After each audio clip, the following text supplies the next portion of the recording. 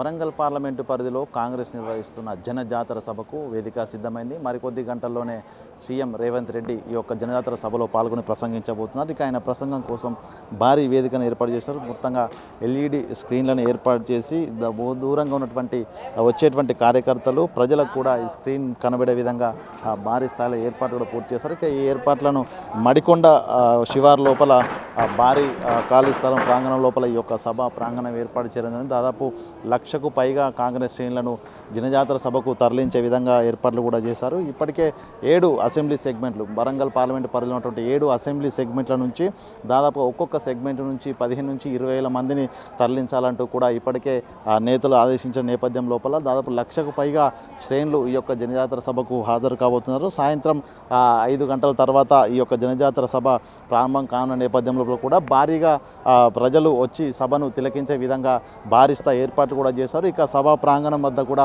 ఎటువంటి ఇబ్బందులు తలెత్తకుండా పూర్తిగా మంచినీళ్ళు మజ్జిగ ప్యాకెట్లు కూడా అందిస్తున్నారు. అదేవిధంగా పూర్తిగా షేడర్స్ కూడా ఏర్పాటు చేయడం జరిగింది. ఇక సభా ప్రాంగణం చుట్టూతా కూడా భారీ ఫ్లెక్సీలు ఏర్పాటు చేసి జనజాతర సభకు ప్రజలను ఆహ్వానిస్తూ అదేవిధంగా పార్టీ శ్రేణులను కూడా ఆహ్వానిస్తూ భారీ స్థాయి కటౌట్లు కూడా ఏర్పాటు చేయడం జరిగింది. ఇక ప్రధానంగా వేదిక వద్ద చూసుకుంటే ఈ ఒకసారి అసలు కాంగ్రెస్కు ఎందుకు ఓటేయాలి ఎంపీ ఎన్నికల్లో అనే దానిపై ప్రజలకు అదేవిధంగా వచ్చేటువంటి శ్రేణులకు సమాధానం చెప్పడానికి కూడా అటు రాహుల్ గాంధీతో కూడినటువంటి ఫ్లెక్స్లను ఏర్పాటు చేసి అందుకు ప్రధానంగా అన్నం పెట్టిన హస్తాన్ని తెలంగాణ ఇచ్చిన కాంగ్రెస్ పార్టీని మర్చిపోవద్దు, అదేవిధంగా ప్రాణాలు తీసే పార్టీ కాదు ప్రజల కొరకు ప్రాణాలు పెట్టిన చరిత్ర కలిగిన పార్టీ కాంగ్రెస్ పార్టీ, టీ తాగితే మైండ్ ఫ్రెష్ అవుతుంది, రాహుల్ గాంధీ గెలిస్తే దేశం ఫ్రెష్ అవుతుంది అంటే ఇట్లా వెరైటీ కొటేషన్స్తో కూడినటువంటి ఫ్లెక్సీలను సభా ప్రాంగణం వద్ద ఏర్పాటు చేయడం జరిగింది. ఇక సభా ప్రాంగణం వేదికను కూడా ప్రధాన వేదికతో పాటుగా కూడా ముందుగా టీ షేప్ వేదికను ఏర్పాటు చేశారు. ఈ వేదిక వద్దే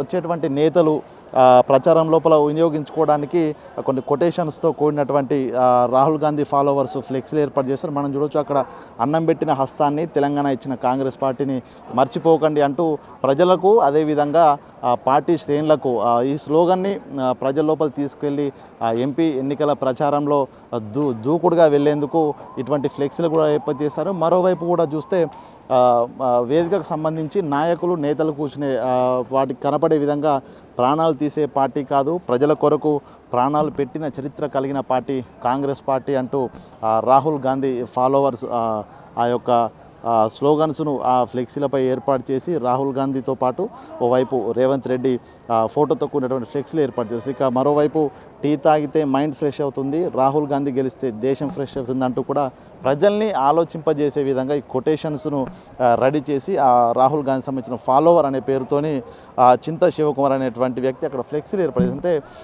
వచ్చేటువంటి నాయకులకు కూడా ఒక వినూత్న రీతి లోపల ఈసారి కాంగ్రెస్ పార్టీ ప్రజల్లోకి దూసుకుపోతున్న పరిస్థితి కనిపిస్తుంది. ఇక ప్రధానంగా వేదికను చూసుకుంటే టీ షేప్ వేదిక అంటే ప్రధాన వేదిక మీద అటు ముఖ్య అతిథులు నాయకులు అందరూ హాజరవుతో పాటు కూడా వేదిక నుంచి టీ షేప్ అంటే ముందుకు దాదాపుగా 30 మీటర్ల వరకు కూడా వచ్చినటువంటి శ్రేణులను ప్రజలను అభివాదం చేసే విధంగా ఈ యొక్క టీ షేప్ వేదిక కూడా ప్రత్యేకంగా దీన్ని ఏర్పరిచింది. ఏదేమైనా కూడా మొత్తానికి వరంగల్ కేంద్రంగా గత కొద్ది రోజులుగా జరుగుతున్నటువంటి కీలక రాజకీయ పరిణామాలకు రేవంత్ రెడ్డి ఈ ప్రసంగం ద్వారా పూర్తిగా వరంగల్ పార్లమెంటు సెగ్మెంట్ లోపల మరోసారి కాంగ్రెస్ పార్టీ శ్రేణుల్లోనూ అదేవిధంగా ప్రజల్లోనూ చైతన్యం నింపే విధంగా కూడా ఈ జనజాతర సభ ఉండబోతుందని కూడా చెప్పుకోవచ్చు. దాదాపు 1,00,000 మందికి పైగా హాజరవబోతున్నటువంటి ఈ యొక్క జనజాతర సభకు మాత్రం ప్రతిష్టాత్మకంగా తీసుకోవడం జరిగింది. ఇక కడియం శ్రీహరి కేంద్రంగా జరుగుతున్న రాజకీయాలకు అదేవిధంగా బీజేపీ బీఆర్ఎస్ల ఆరోపణలకు కూడా సీఎం రేవంత్ రెడ్డి గట్టిగా కౌంటర్ ఇచ్చే పరిస్థితి అయితే ఈ యొక్క జనజాతర సభ వేదిక కాబోతోంది. వీడియో జర్నలిస్ట్ సంతోష్తో వేణు బిగ్ టీవీ మడికొండ.